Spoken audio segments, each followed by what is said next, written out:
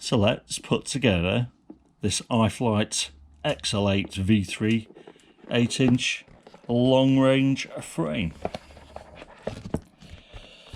Let's have a look what we've got. Battery pads, nicely packed hardware, stickers, Iflight battery strap, feels pretty low quality, some foam pads, another battery strap, and there's the stuff. And we also get a nice easy assembly guide, which is nice. So as always, I'll put this together and let's see what I think. Right, I'm just going to stop my build before I put the top plate on, and there you can see it with its massive 8-inch arms.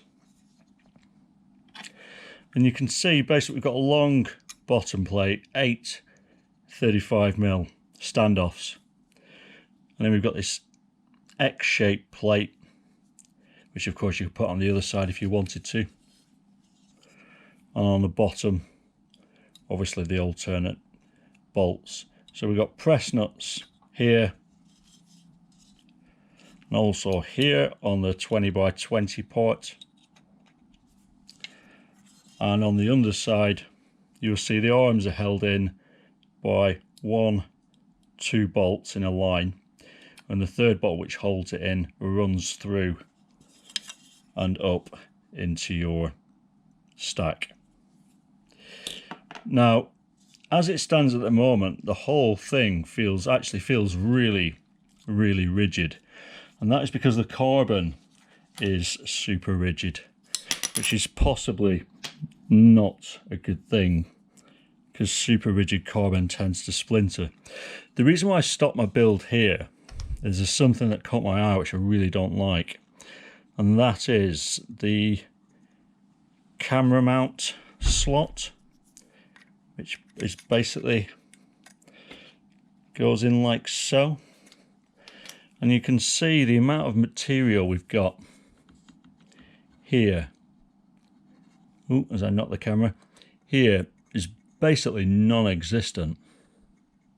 So in any sort of crash, and I appreciate this is a long-range quad, we're not going to be crashing it, but in any sort of impact, I'd imagine that is going to splinter pretty much straight away. You'll notice as well in this frame we've got cutouts for a bottom mounted battery should you wish it. And if I put these in place, we'll get an idea of how it looks with its top plate on. Let me just do this off camera because this is always the fiddly bit. Right, I've got the top plate on, and I'm going to have to possibly do a little bit of filing to get this cam mount in, although it may well push together when I screw the top part in.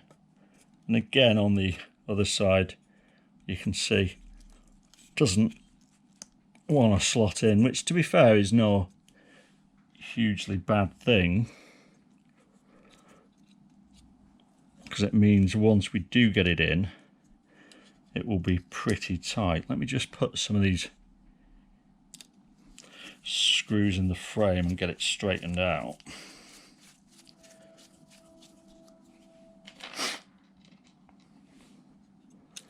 And we can see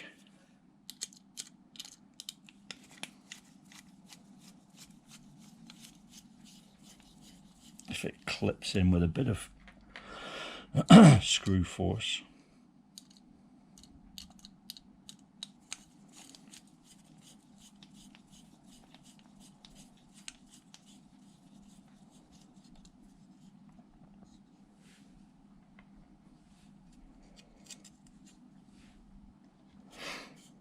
I'm not going to put them all in, I just want to see if this cam mount will seat itself with a bit of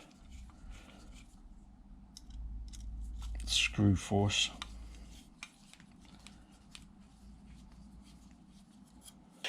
Yeah, so that clipped in nicely once I screwed down, which is fine. It makes it really stiff. And we've got this battery pad, which is basically sort of neoprene, if that's how you say it, basically the wetsuit stuff. And that seems to sort of go like so. And then oddly we've got this bit here which it doesn't really fit, which seems a bit odd, but c'est la vie. It's not the end of the world. And of course we've got the foam feet, which I haven't put on, and you also get one of these sort of antenna SMA rubber bits which can go in here. So if we try and get a weight on this guy, and then we'll have a chat about it. So if I stick it on my scales and get the rest of the screws that I haven't put on yet. So you're looking at a total weight of about 198 grams, which actually isn't as heavy as I thought it was going to be, bearing in mind quite a lot of 5-inch frames are sort of 130 or so. So yeah, I don't like that pad, it's a bit crap. The frame itself kind of got mixed feelings about it. I mean, it feels super rigid. There's a few things I don't like, the camera mount being the first one. I kind of feel like if I'd have built this, I'd have built the arms on the underneath and dropped this top plate, and obviously used a different camera side plate. So you actually, although you've got lots of height, you haven't actually got a huge amount of room lengthways. And if you want to run a big battery, it's not going to be a huge amount of space to do so and have an action cam mount on the front. In fact, I think this is a 2200 mAh battery. I think we're probably going to end up with a battery sort of sitting like so, although of course these are pretty big batteries.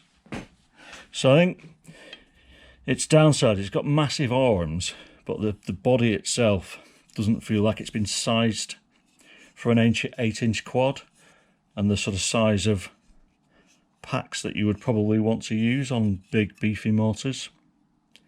The actual cut all feels really well. As I said, don't like those cam mounts. You've got lots of sort of zip tie holes underneath to mount your equipment. We've got these two, we've got this really long lipo strap cut out, which you can get. A couple of lipo straps side by side, which is pretty nice. So yeah, this is what I'm going to be using. I've got to say, I'm not massively enamored by it. There are things that I like the countersunk screws, which are stack screws, and obviously the fact they're countersunk, they're not going to be hit if you land, etc., disturbing your flight controller. But there are other things like this side plate here and the lack of length on the body, which I feel are missed opportunities. It feels like someone slapped bigger arms on a 5-inch quad, which I suspect is exactly what they've done, which is fine in my case, because to be fair, 8-inch isn't probably something I'm going to do long term anyway. I'm really doing this just as an experiment to see what it's like. But if you were looking for a bespoke 8-inch frame and you had a bit more money to spend, I'm sure there are much better options out there. So yeah, nothing in particular to criticize other than the fact that you know, we're running an 8-inch quad. We're looking at long range because it's an 8-inch quad. Chances are we're going to be using a bigger battery, 2.5 milliamp hours, etc. And we're going to be using, you know, an action cam of some sort, a Hero 7 or a Session. And we want a bit more space for our batteries. So yeah, so as always, the proof in the pudding will be flying it. And as always, I'll build this out and get it in the air. And I'm going to be using these monstrous Racer Star designed by T-Motor Air B 2514 with a KV of 1498, which is a hell of a motor. And this thing should have serious power. And if you see when the motor's on, you get a fair bit of motor protection from front impacts. So yeah, there you go. Quick look at the Iflight XL3, or should I say XL8, a V3 frame. I think there's a V4 out now, so I'll link that in the description if I can find it. But yeah, feels like a sturdy frame, but a few missed opportunities for me. Doesn't feel like it's been designed for its actual purpose. Just somebody has cut some bigger arms. Cheers guys, thanks, bye bye.